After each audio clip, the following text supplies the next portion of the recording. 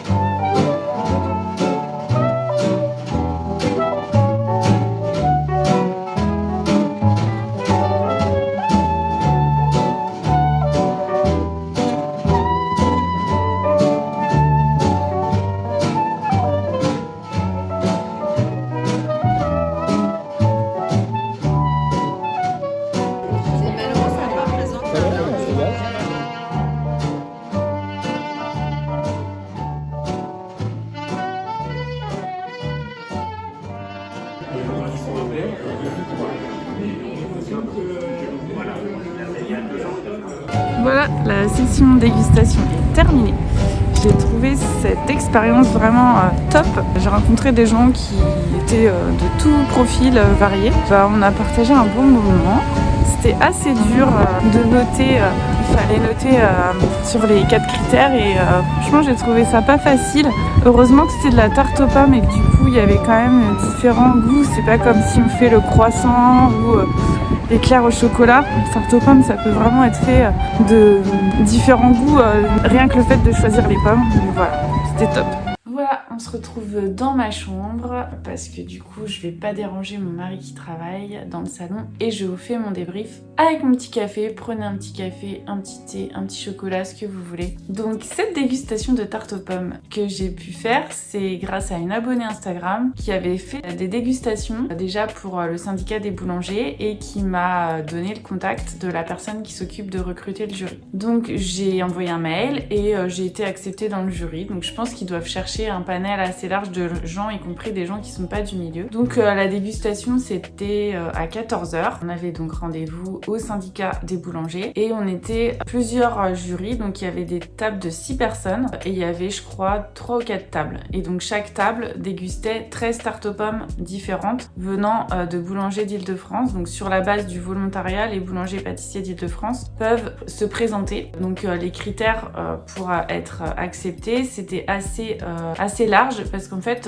il fallait que ça soit une tarte avec des pommes et il y avait un diamètre qui était recommandé, c'était je crois entre 28 et 32 cm, mais je dis peut-être des bêtises, mais bref c'était ça les critères. Donc en fait il pouvait aussi y avoir des tartes tatin. J'étais à une table où on était 3 hommes et 3 femmes, on était 3 personnes qui faisaient ça pour la première fois et les 3 autres avaient déjà fait plusieurs dégustations. Donc j'avais l'impression que bon, autour de cette table on était surtout des CSP+, enfin des catégories socio-professionnelles supérieures. Après je sais pas comment c'était sur les autres tables. Il y avait beaucoup de gens autour de la table qui étaient un peu rapprochés du milieu de la restauration ou de l'hôtellerie-restauration, pas qui soient forcément dans le métier. Par exemple il y avait un expert comptable qui travaillait pour des restaurants, donc il était un peu introduit on va dire. Après c'est pas pour porter un jugement, c'est juste voilà des faits que je vous raconte tout à fait objectivement. On arrive dans la pièce, donc on s'installe, on a une grille à compléter pour mettre nos notes et sur des tables en arrière il y avait toutes les 13 tartes aux pommes qu'on allait déguster. Donc il y avait une tarte aux pommes qui restait non coupée, une tarte aux pommes qui coupait en quart déjà pour voir, et donc on avait le droit de se balader autour de la table déjà visuellement parce qu'en fait les tartes aux pommes on devait les noter sur 4 critères pour obtenir une note sur 100. Donc il y avait la présentation, le goût de la pâte, la cuisson, l'harmonie d'ensemble et la tenue à la découpe. Donc le fait qu'on puisse avoir toujours une tarte aux pommes non coupée sur les tables, c'était bien pour se rappeler le visuel avant la découpe. Parce qu'effectivement, quand on coupe la tarte, il y a des pommes qui tiennent plus ou moins bien. Ça, c'était intéressant aussi parce que le fait de les couper en quarts ou en plus petits morceaux, ça joue aussi sur l'aspect visuel après découpe. Après, donc, on avait inspecté les tartes sur la grande table. On est allé s'asseoir et là, on a commencé vraiment la dégustation. Donc, ils nous les ont apportés dans l'ordre qu'il y avait sur notre feuille. En petites parts. Donc, c'était vraiment des toutes petites parts à peu près comme ça. En sachant qu'on pouvait en reprendre si on voulait. Mais c'est vrai que dans l'assiette, du coup, la présentation n'était pas optimale puisqu'on avait des toutes petites parts. Donc, il fallait bien avoir la croûte et tous les éléments pour permettre de déguster. Déjà, moi, ça m'a surpris parce que je pensais pas qu'on en allait en avoir 13, quoi. C'est énorme. Je pensais peut-être 5-6, mais c'est vrai que comme c'est comme les parfums, au bout d'un moment, le palais, il se fatigue. Déjà, 13, je trouve que c'est beaucoup. Mais heureusement que j'ai fait les tartes aux pommes parce que je pense que sur des produits qui sont moins différenciés comme le flan, le croissant ou la baguette, là, je pense qu'au bout d'un moment, les papilles, elles sont perdues. Ça m'a interpellée parce que j'ai vu une personne qui était habituée de faire ce genre de dégustation. La première tarte aux pommes, il a pris une bouchée et en fait il a tout jeté. Et moi j'avais même pas vu en fait qu'il y avait un saladier au milieu de la table pour justement jeter tout ce qu'on mangeait pas. Ça peut être trigger pour certaines personnes parce qu'en fait oui, dans ces dégustations il y a plein de déchets. En fait toutes les tartes aux pommes, les bouts de tarte aux pommes qui n'ont pas été mangés sont au milieu de la table dans un grand saladier. Et je peux vous dire qu'à la fin de la dégustation, le saladier il était plein. Donc évidemment on n'a pas tout mangé. Moi-même j'ai pas mal laissé, pas parce que j'avais pas trop apprécié, en fait j'ai préféré manger mes parts entières de celles que j'avais bien aimées. Donc j'avais remarqué la tactique des personnes qui sont habituées, qui consiste à ne pas jeter tout de suite dans le saladier mais laisser sur le bord de son assiette. Comme ça après on peut regoûter, ça c'est pas mal. De tester une bouchée, d'attendre la suivante et de revenir pour affiner sa note. C'était un exercice qui était pas facile franchement, mais comme je le disais, la tarte aux pommes je pense que c'est un des moins difficiles parce qu'il y a des goûts très tranchés. Et ce qui est sympa c'est que on discute un peu avec les gens, mais en fait on a essayé de pas trop s'influencer en disant moi j'aime bien, j'aime pas. En discutant avec les autres personnes, on essaie de donner même si ça peut porter jugement de valeur, dire des choses neutres sur les tartes aux pommes. Par exemple, les pommes sont acides ou les pommes ne sont pas cuites, ou il y a de la poudre d'amande, ou tiens il y a de la cannelle, il y a de la vanille. Évidemment on porte des jugements de valeur. Si on dit bon la cuisson, la pâte est pas assez cuite ou la pâte est peu cuite, mais c'était assez, j'ai trouvé assez neutre du fait qu'on essayait de pas trop de s'influencer les uns les autres, même si évidemment celle qu'on a préférée c'était la tarte tatin. On a tous été d'accord pour dire qu'elle était vraiment très très bonne, très originale, et là on a tous mis des bonnes notes. J'ai eu le privilège de pouvoir goûter la meilleure tarte aux pommes d'Île-de-France qui était présente à ma table de jury. C'est la tarte aux pommes de Yasmine Ménasser pour la boulangerie Chez Meunier. Mais en fait on fait chacun dans son coin, même si autour de la table on discute quand même avec les gens et que c'est assez convivial et c'est sympa. Donc voilà pour le côté technique de la dégustation. Après pour le côté comportement alimentaire, puisque c'est l'angle de ma chaîne, la dégustation était à 14h.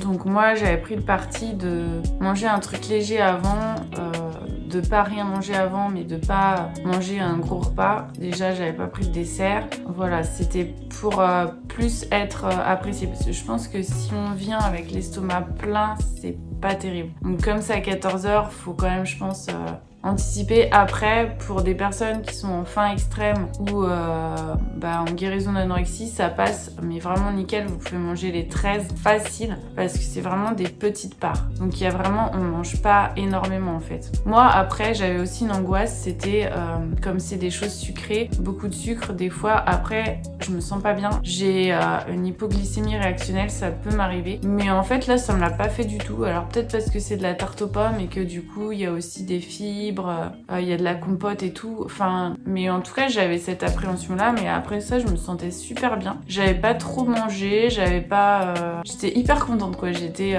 pleine d'énergie avec toutes ces tartes aux pommes et c'était nickel. C'était une super expérience que j'ai très envie de refaire. La prochaine fois c'est la galette des rois frangipane. Alors vous savez que si vous me suivez sur Instagram, que je suis fan des galettes des rois. Cependant la galette frangipane, j'en mangerai pas 13. Moi, ce que j'aime en fait dans les galettes des rois, c'est qu'à Paris, on a la chance d'avoir des grands pâtissiers qui innovent et qui font des galettes originales avec des goûts qu'on n'aurait pas pu imaginer. En fait, c'est ça qui me plaît dans la galette des rois. Donc, à voir si je vais tenter le coup, mais bon, je préfère me réserver pour le croissant et le flan pâtissier parce que ça, c'est pour le coup, c'est pas du tout comme la tarte aux pommes, c'est vraiment, je pense, hyper plus subtil, on va dire. Mais ça, c'est des choses que j'adore et peut-être moins que la galette des rois quand il y en a des versions diverses. Mais ça me donne vraiment envie de tester parce que je pense qu'il va y avoir des subtilités de goût selon les boulangers et les pâtissiers qui peuvent être très intéressantes. Hello tout le monde et bienvenue dans une nouvelle vidéo. Aujourd'hui on se retrouve pour une vidéo un peu particulière puisque je m'apprête à faire la dégustation de galettes frangipane pour le syndicat des boulangers de Paris pour élire la meilleure galette frangipane d'Île-de-France. Et j'avais convié mon amie Jeanne, Woman in Progress sur Instagram, à venir avec moi. Donc on va voir si on est à la même table. On y va!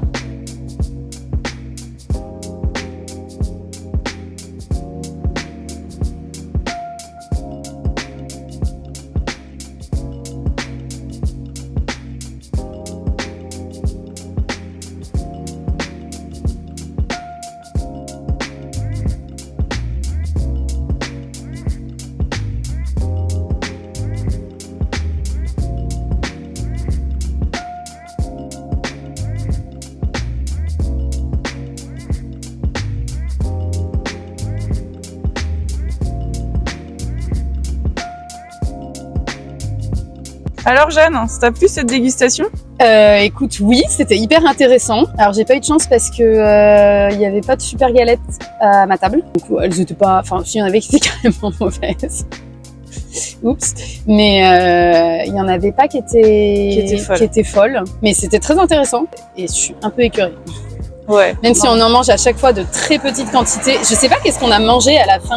Non, tu en sais termes pas, de quantité. Ouais. Mais en fait, ce qui fait un peu mal au cœur, c'est la quantité de trucs qui est jetée. Ah oui, mais clairement. Ça me tue, quoi. Ça me tue. Ça, c'est le mauvais point. C'est le mauvais point. Par contre, les galettes, ils les donnent et j'espère qu'ils les apportent ensuite, sinon on reste du cœur ou quelque chose. Ah oui, bah j'espère. Ce qui reste. Mais oui, mais je pense que tout part. Hein. Je pense que tout part. Hein. Ouais. Il y a des gens qui doivent être motivés à attendre. Un quart qui est dégusté. Nous, c'était ça. Il y avait un quart qui était partagé sur la table. Ouais, pareil. Et le quart était coupé en 6. Ouais. Donc ça faisait donc, on a mangé une demi-galette et elles étaient grandes. Hein. 6 x 4, 24. Quoique, on n'a pas mangé à chaque fois toute la part qu'ils nous donnaient. Ah non, moi j'ai dû peut-être manger donc la moitié. un gros quart, peut-être. Un quart. Oui, parce que moi, j'ai même pas mangé, je pense, la moitié. Non, ouais. Ça dépendait si c'était bon ou pas, mais comme elles étaient pas folles. Oui. Je me réservais pour la super galette qui allait arriver et elle n'est jamais venue, tu vois. Ouais. Du coup, je crois que tu peux avoir les résultats vendredi sur leur compte Insta. Mais avec les numéros, non. On ne saura pas. Mais moi, par contre, pour la tarte aux pommes, reconnaîtra peut-être. J'avais su, ouais. J'avais eu la meilleure. Oui, mais alors, il y en a, pour le coup, ça se reconnaît peut-être beaucoup plus facilement une tarte aux pommes. Là, tu peux un peu par rapport au dessin qu'il y a dessus. Mais bon, il y en a qui se ressemblent quand même beaucoup. Peut-être la 181 était pas mal. Et tu vois, je me suis dit un truc au niveau rassasiement. Bon, alors là, c'était début d'après-midi. Moi, j'avais pas mangé il faut pas trop manger, repas. Comme je t'avais dit. J'avais mangé un repas très normal, tu vois. Il faut manger moins qu'un repas normal. Ouais,